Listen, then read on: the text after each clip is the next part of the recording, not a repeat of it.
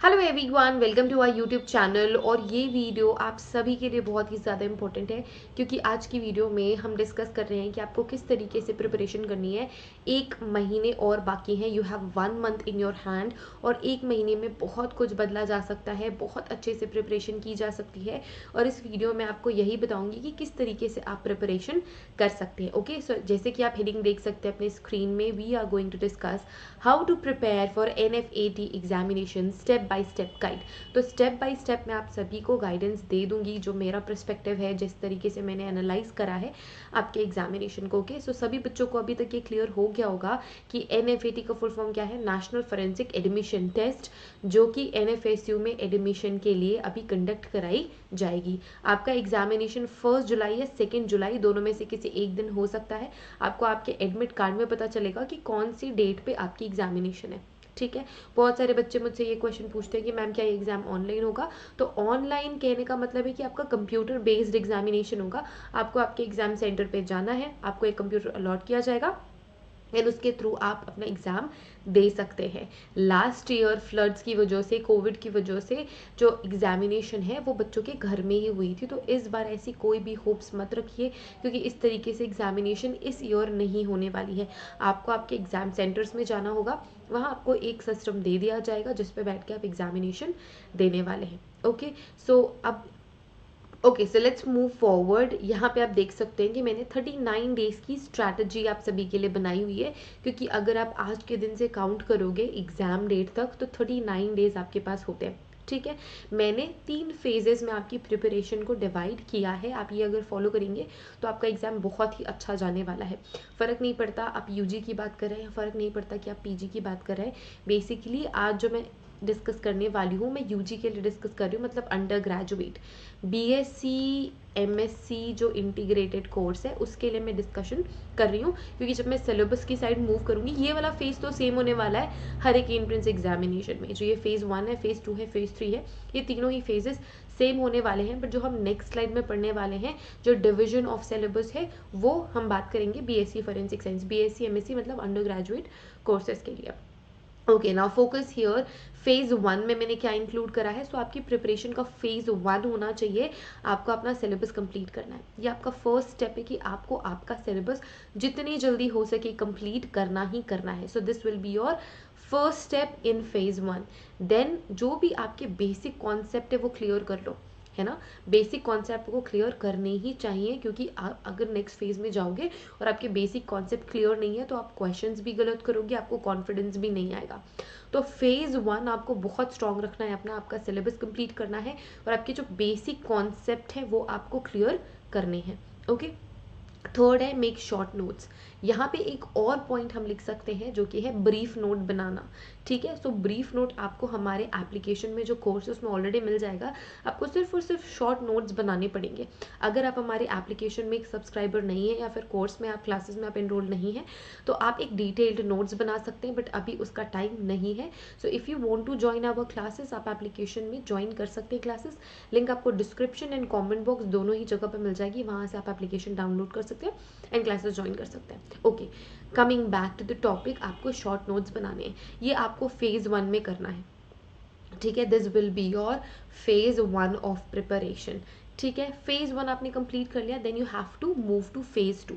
अब फेज 2 में क्या करना है, आपने सिलेबस कंप्लीट कर लिया, आपने अपने बेसिक कॉन्सेप्ट्स क्लियर कर लिए हैं। और यहाँ पे मैं ये भी बताना चाहूँगी कि आपका 10+2 का सिलेबस है। 10+2 का सिलेबस है, 10+2 का मतलब होता है 11th along with 12th।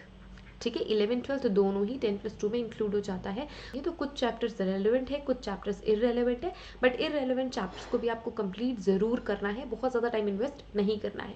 Time invest कहाँ ज़्यादा करना है, जो बहुत ही ज़्यादा इंपॉर्टेंट चैप्टर्स है, रेलेवेंट चैप्टर्स है। और ये सारी चीज़ें मैंने ऑलरेडी डिस्कस करी हुई है हमारे एप्लीकेशन में। ओके, सो यहाँ पे फेज़ 2 में हम आ चुके हैं। फेज़ 2 में आपको क्या करना है, आपको अपने नोट्स के थ्रू रिवाइज करना है। ये जो आपने शॉर्ट नोट्स बनाई है ना, अब आप सिलेबस के पीछे मत भागो, अब आप कॉन्सेप्ट्स के पीछे मत भागो, क्योंकि आपने फेज़ 1 में ऑलरेडी कंप्लीट कर लिया। आपको फेज़ 2 में जो आपने शॉर्ट नोट्स बनाए थे वो आपको रिवाइज करने हैं। इसके बाद फिर चैप्टर वाइज MCQ आपको सॉल्व करने हैं। ठीक है। चैप्टर वाइज आप एमसीक्यू सॉल्व करोगे, शॉर्ट नोट्स जो भी आपने प्रिपेयर करा उससे अगर आप पढ़ोगे तो आपकी फेज 2 में ही इतनी अच्छी तैयारी हो जाएगी कि आप एग्जाम क्रैक कर सकते हो। But to make this thing sure हम फेज 3 में भी जाएंगे, ठीक है। शॉर्ट नोट से प्रिपरेशन कर ली, एमसीक्यू सॉल्व कर लिए यूनिट वाइज, चैप्टर वाइज, ठीक है। और ये चैप्टर वाइज एमसीक्यूज भी मैंने प्रोवाइड करे हुए हैं हमारे एप्लीकेशन में, सो आप वो चेक कर सकते हैं। Next we have to move to phase 3। एक रिविजन हो गया, this will be our first revision. First revision यहाँ पे हो गया, यूनिट वाइज एमसीक्यू हमने, चैप्टर वाइज एमसीक्यू हमने सॉल्व कर लिए। नाउ फेज 3 में आपको क्या करना है, एक और रिविजन करना है अपने ही शॉर्ट नोट्स का, ठीक है। This will be your second revision. जब आप सेकेंड रिविजन कर लेंगे नथिंग कैन स्टॉप यू, ठीक है। सेकेंड रिविजन आपको करना है, फिर आपको सैम्पल पेपर सॉल्व करने हैं। सो आपका 100 MCQs आएंगे, 100 MCQ आपके एग्जाम में आएंगे एंड इन 100 MCQ के जो सैम्पल पेपर से आपको सॉल्व करने हैं, previous year question paper PYQs are not available in any platform, ठीक है। ये चीज़ आपको ध्यान में रखनी है। सब बच्चे एक ही सेम क्वेश्चन करते रहते हैं कि PYQs previous year question papers available हैं ही नहीं, तो आपको सैम्पल पेपर सॉल्व करने हैं एंड सैम्पल पेपर्स अवेलेबल है, एंड सैम्पल पेपर्स अवेलेबल है हमारी एप्लीकेशन पे, so you can check that thing as well. Link description, comment box दोनों जगह पे मिल जाएगा। तो आपको सैम्पल पेपर सॉल्व करने हैं। अगर आपने 10 सैम्पल पेपर्स सॉल्व कर लिए, आपका एग्जाम बहुत ही अच्छा जाएगा, ठीक है। सो ये आपके 3 इंपॉर्टेंट फेजेस हैं प्रिपरेशन के लिए। अब हम सिलेबस पे भी थोड़ा फोकस कर लेते हैं। तो ये आपके चैप्टर्स हैं और ये आपका स्टेटस होना चाहिए, स्टेटस ऑफ चैप्टर। सो आपके 12th में बायोलॉजी, केमिस्ट्री एंड फिजिक्स मिला के 27 चैप्टर्स हैं, 27 यूनिट्स है ऑल टोटल, क्लियर। एंड जो 11th का है उसमें आपके 28 यूनिट्स है। सो टोटल अगर हम कर दें तो ये 55 हो जाते हैं। बट 55 में एटलीस्ट 5 यूनिट्स ऐसे होंगे जो आपको लगेंगे इररेलेवेंट है, उस पर आपको बहुत कम टाइम इन्वेस्ट करना है। तो इन इररेलेवेंट चैप्टर्स को आप एक दिन में 2-3 चैप्टर्स कंप्लीट कर सकते हैं, to be in biology, chemistry, physics, तीनों के ही, ठीक है। सो अगर हम यहाँ पे अभी 27, 28, 55 चैप्टर्स ही लेके चलते हैं एंड अगर हम 55 चैप्टर्स को 39, लेट्स से 38 डेज ही मान लेते हैं टू मेक इट इवन, ठीक है। सो फिर भी 1.5 डे ईच होता है। अभी जितना टाइम आपके पास है और एक दिन में आप अपना बहुत अच्छा अमाउंट ऑफ टाइम इन्वेस्ट करते हो अपनी प्रिपरेशन के लिए, you are going to crack this examination or any examination in your life, ठीक है। सो यहाँ पे हम 0.5 डेज को भी रिमूव कर रहे हैं because we have computers, because we have GK etcetera. आपके BSc MSc एंट्रेंस में PCB MB है। सो यहाँ पे मैथ्स भी मैं लिख लेती हूँ, मैथ्स का भी पोर्शन काफ़ी कम है। ये मुझे इन्फॉर्मेशन मिली है मेरे प्रीवियस स्टूडेंट्स से जिन्होंने NFSU की एग्जामिनेशन दी हुई है, तो उनके जो रिस्पॉन्सेज है उनके थ्रू मैंने ये एनालाइज करा है कि मैथ्स के क्वेश्चन बहुत कम होते हैं, जीके के क्वेश्चन अगेन कम होते हैं, कंप्यूटर के क्वेश्चन इंटरमीडिएट टाइप्स होते हैं, बट ज़्यादा question physics, chemistry and biology से आएंगे, ओके। सो 0.5 डेज मैंने इसी वजह से इन 38 डेज से रिमूव करे हैं, क्योंकि आप उन 0.5 डेज को यूटिलाइज करोगे कंप्यूटर्स, जीके, मैथ्स में, ठीक है। एंड वो सारे स्टूडेंट्स जिनको मैथ से फियर है, जो PCB वाले बच्चे हैं, वो 10th में बायो ही यूजुअली चूज करके कुछ इस वजह से हो रहे होते हैं कि अब उनको मैथ्स नहीं पढ़नी, बहुत ज़्यादा फियर होता है स्टूडेंट्स में मैथ्स का, एंड अभी उनके हाथ पैर फूल रहे हैं क्योंकि मैथ्स के क्वेश्चन आने वाले हैं। और 11th में भी कुछ मैथ्स नहीं पढ़ा, 12th में भी कुछ मैथ्स नहीं पढ़ा, 10th तक ले दे के जैसे तैसे उन्होंने काटा है 10th का मैथ्स। सो उन सभी स्टूडेंट्स को मैं ये बोलने वाली हूँ, आपके माइनस मार्किंग भी है, माइनस मार्किंग है, याद रखो। अगर आप किसी एक पर्टिकुलर सब्जेक्ट में अच्छे नहीं हो तो आपको बहुत ही सोच समझ के क्वेश्चंस अटेम्प्ट करने हैं।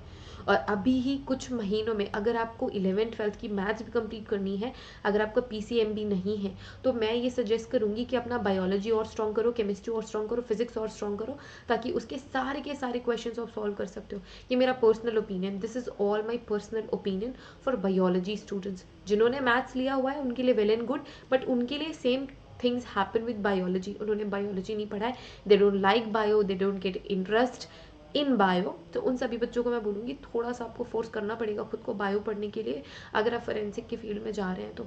जब आप BSc फोरेंसिक साइंस कर रहे होंगे, BSc में आपको बायोलॉजी पढ़नी ही पढ़नी है, तो आपको थोड़ा सा टाइम इन्वेस्ट करना पड़ेगा। यहाँ पे बायोलॉजी स्टूडेंट को एडवांटेज है कि क्वेश्चंस कम आ रहे हैं एंड वो माइनस मार्किंग होने की वजह से they can even skip the questions अगर वो श्योर नहीं है तो, ठीक है। बट बायोलॉजी आपको पढ़नी ही पड़ेगी, this is for all maths background student. आपको थोड़ी बायोलॉजी पढ़नी पड़ेगी, आप वो चैप्टर्स पॉइंट आउट कर लो जो आपको ईजी लग रहे हैं, जिनमें इंटरेस्ट बिल्ड हो रहा है, एंड उनको इतना स्ट्रॉन्ग करो कि वो आप क्वेश्चन सही कर सको और एक बैलेंस क्रिएट कर सको।